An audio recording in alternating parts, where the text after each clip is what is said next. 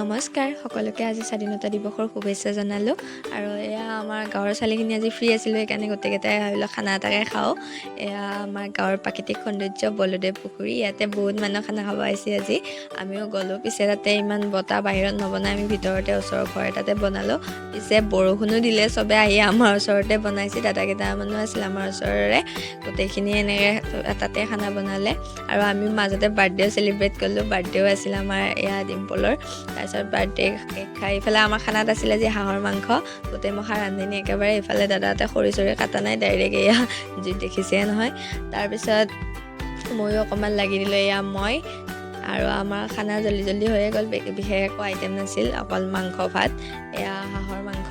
ধুনীয়াকৈ আমি টেষ্টি খানা খালোঁ আজি, বহুত ভাল লাগিল। এয়া গোটেইকেইজনী আমাৰ গাঁৱৰ ছোৱালী আমি। তাৰপিছত বাচন পাতি ধুই আহিলোঁ আমি ঘৰলৈ। আজিলৈ ইমানে আছিল, বাই বাই, টাটা।